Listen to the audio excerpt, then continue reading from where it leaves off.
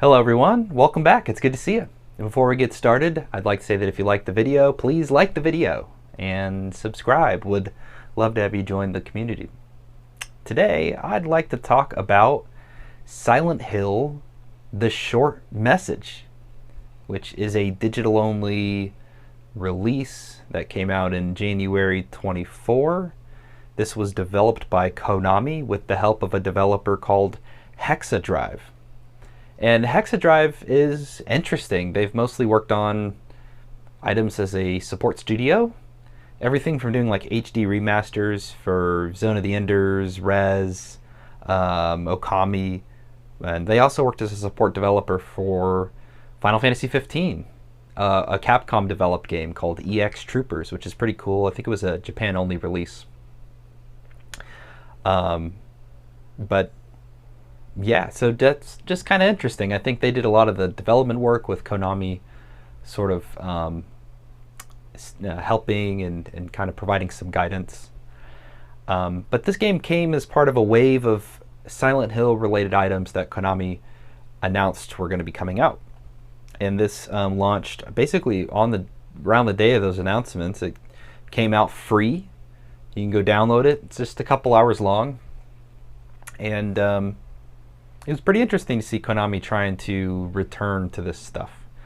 The director of this game, his name's Motoi Okamoto, and he's a newly minted director. I think a lot of his past experience has been working as a support developer on various, it seemed like Nintendo and Wii related titles.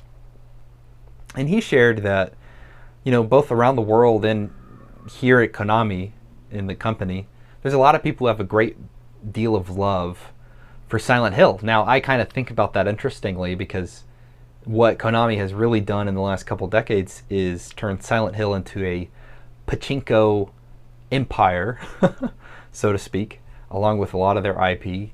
But he was sharing his thought processes about the game as they're developing it, and a big part of it is, you know, Konami hasn't developed a Silent Hill game in 20 years. Silent Hill 4 was the last one that they were personally developing as a company, after that point of which they would, you know, outsource the work to various developers and then they would just publish the title. Which even here it seems like they did that a little bit. But because it had been 20 years, they really wanted to focus on creating some more concept-based stuff before they branched out and made like a huge AAA game or whatever. Because what if they just got it wrong? And they didn't have that requisite experience needed to do it effectively. So yeah, the relationship began because Hexadrive was part of a number of developers who presented demo reels for Silent Hill 2. And surely Hexadrive, having worked on all sorts of HD remasters, one of the more recent ones being the Wind Waker HD remaster, said, hey, we could definitely do a lot of the work here, and we've done all these previous titles, so, you know, put us on it. And Konami chose Bloober, so I guess we'll see how that kind of plays out when the game releases, I think, later this year. But in the meantime, Konami said, hey, we're working on this concept, and we're kind of starting some new things fresh, and so how about you come and work with us on this new project, originally called Sakura, and now thusly named The Short Message. So the game explores some concepts around bullying, depression, suicide, the interaction with social media in our world. So those are some of the topics we'll discuss a bit about. And the reception for the game was very, at least according to the wiki, and the Metacritic and IGN and so on, a lot of folks had big problems with this title, so I guess I'll share my perspective on it as well.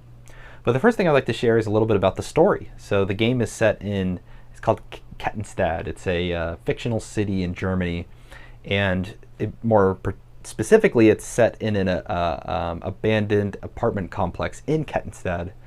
And this complex is well known for being a graffiti hotspot for artists to go do art, and has also more recently become a popular spot for people to take their lives by walking to the top of the abandoned complex and jumping off the roof. So yeah, so that's fun. So, anyways, Anita is the character you play as, and she receives a message from her friend Maya, who says, "Hey, come to this apartment complex. Come meet me at the apartment complex." And Maya does a lot of artwork within the building, and so that's why she was there. She knows she's doing graffiti and so on. And so Anita does that. You explore around the apartment building, which leads to some encounters with a monster that will have you running away and getting chased down. And so I'll kind of stop there in the story and let you experience it. The game's pretty short, an hour and a half, 2 hours. So definitely worth a dive in if you just want to know more about it. On the topic of the themes, I really found the themes themselves to be quite thought-provoking. I think media has covered themes like this time and time again, but it is interesting to see it within the concept of Silent Hill itself, even though the game, of course, isn't set in Silent Hill, it's set in Kettenstad.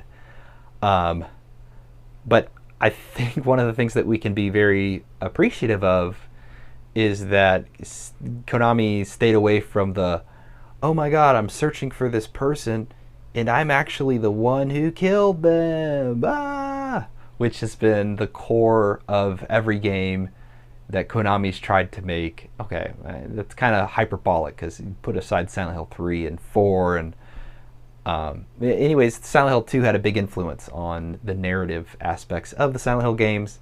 I'm just glad to see them trying to do something outside of that, and do something outside of like, oh, this is all psychologically representational of the main character. So that they're doing something interesting in the original, I can appreciate. And I can appreciate that the themes are modern and, attempting to really speak and say something about interactions on social media and the worlds in which, young kids are now growing up in today when they get on social media and they interact with their friends. So the story itself does occur mostly via notes, kind of scattered around and receiving text messages from your friends on your phone.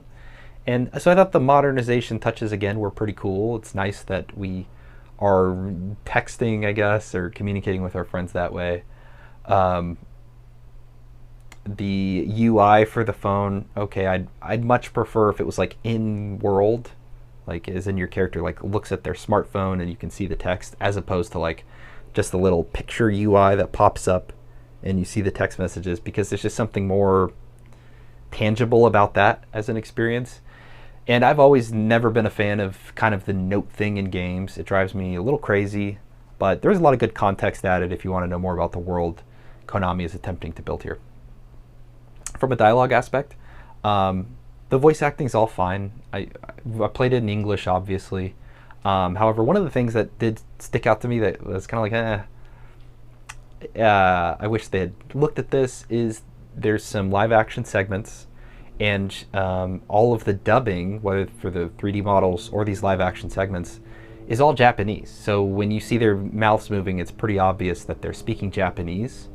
And so I would have preferred if they just allowed us access to play the game in the Japanese dub, if that was the case, because when I see characters' lips right up front on TV and they're speaking English on the English dub, but their lips are clearly saying Japanese words, it's really taking me out of the moment.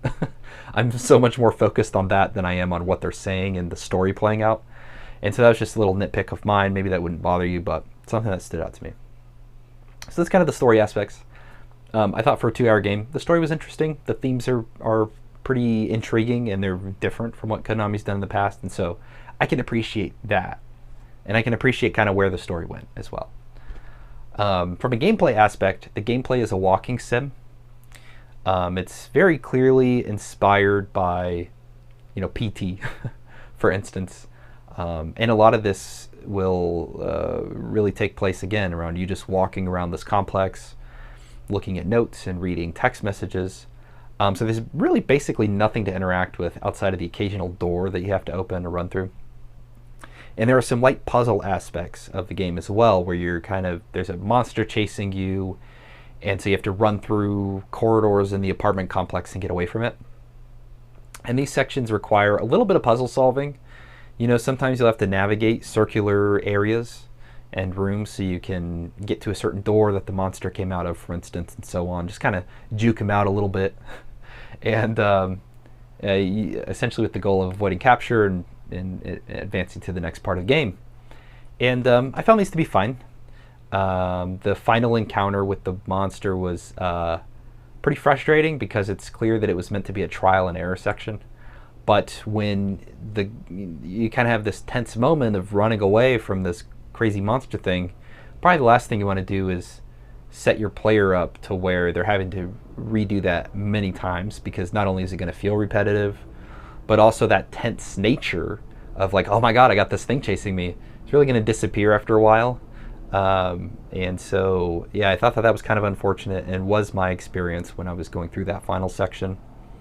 One thing I did appreciate from a gameplay aspect, the UI in this game is very light. In fact, there's basically no UI on the screen at any time. I always love when a game does that. Again, it just pulls me into the world and makes me think more about the world than the mechanics of the game itself kind of happening in the background. And the walking around was plenty fine as well. I mean, you're in an FPS, you turn, you walk.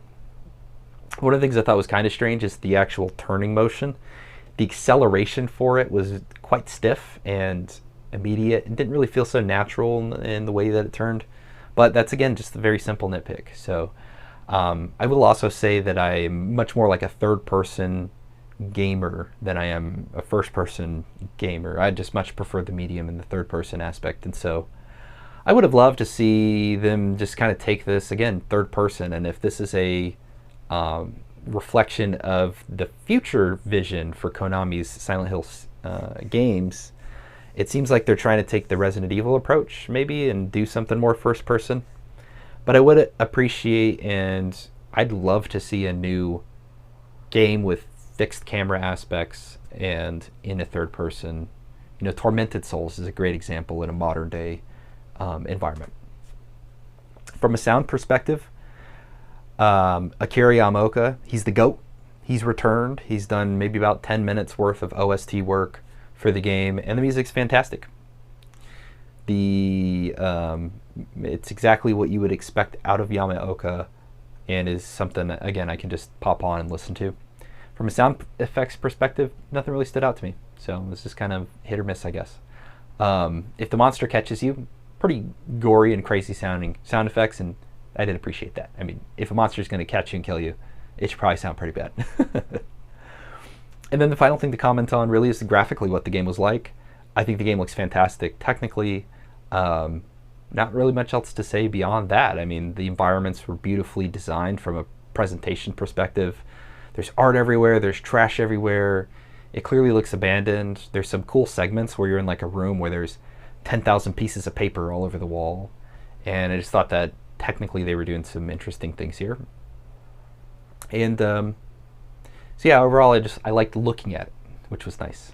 The hard thing is, at least from a third-person gaming perspective, is building environments and then having 3D models that kind of fit that world. So from a first-person perspective, they didn't really need to do that. But of course, yeah, it looked nice. So kudos to them. I think one thing that's also kind of challenging here is that this is meant to be a Silent Hill game. And so from a presentation perspective, outside of a couple segments where it's really foggy, is it really Silent Hill? I mean, the art perspective is really, the direction's really changed a lot. And not necessarily in a bad way. I thought it looked good. So those are kind of my big thoughts. The gameplay was, yeah, it was kind of generic. I mean, we've had a lot of walking sims. There's PT, there's the Resident Evil games. So you really have to do something special there. And this game doesn't have a whole lot of gameplay necessarily. I liked the story. I thought it was pretty engaging. The music for this game, it's Yamaoka. I won't even say much more. And graphically, I thought it looked great. So for 2 hours and for a free experience to just kind of see what Konami's up to and what they're hoping to do with the future of this franchise, I thought it was pretty fun and pretty good. It's middle of the road in a lot of ways, but I think what it does is plenty enough for us to get that little appetizer of what's next. And for what's next, I will be interested to see. This does make me interested in kind of where Konami's going. So it was very nice of them to make this free. and to give us their insights. There's a couple developer commentary segments you can find on YouTube where they discuss the game and things like that. And I think those are worth exploring as well. So, did you play Silent Hill: The Short Message? If you did, we'd love to know your thoughts. Again, I always appreciate you checking out the videos, sticking around. And so if you did like it, please like. And again, would love for you to subscribe and join the channel and chat about games with me in the future.